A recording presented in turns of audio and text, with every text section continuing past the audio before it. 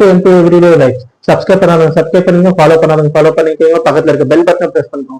இப்போ நம்ம பார்க்க போற மூவி இதே மூவி ஆகாஷ் பாஸ்கரன் டைரக்ஷன்ல அதர்வா, ஃபஹத் ஃபாசில், கயல் லோரன், பிரீத்தி முகுந்தன், பரிதாமன் சுதாகர், பரிதாமன் டேவிட், தமன் இவங்கெல்லாம் இணைந்து நடிச்சு என்டர்டெய்னரா இருக்க மூவி தான் இதே மூவி. எல்லா காஸ்டும் அந்த கொடுத்த சம்பளத்தை விட எக்ஸ்ட்ராவா வேலை செஞ்சு படத்தை சக்சஸ் பண்ணிட்டாங்க. Jenitha Gandhi first time screen big ஸ்கிரீன்ல வந்திருக்காங்க. அவங்க ஆக்டிங்கா இருக்கட்டும், அவங்க எமோஷன்ஸா இருக்கும், அவங்க பண்ற இருக்கும், இந்த பாடி லாங்குவேஜ் எல்லாமே பண்ணா கிளியரா என்டர்டெய்னிங்கா இருக்கு. அதே மாதிரி தமன்னா டாக்டர் நடிச்சிருக்காரு. மியூசிக் மட்டும் இல்லாம இந்த ஹீரோட ஃப்ரெண்டாவும் பிரசன்ஸ் எல்லாமே சூப்பரா இருக்கு. பாய்ஸ் படத்துல எப்படி பார்த்தோமோ அதே மாதிரி இதுல இதே மாதிரி இருக்காரு.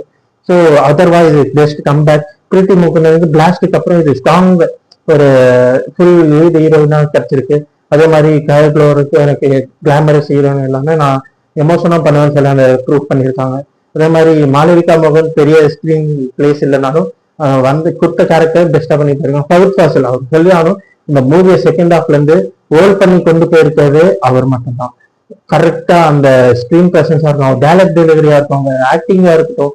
செகண்ட் ஹாஃப்ல அந்த மியூசிக் போட்டு உள்ள என்ட்ரி ஆகும்போது தியேட்டர் பிளாஸ்ட் ஆகுது.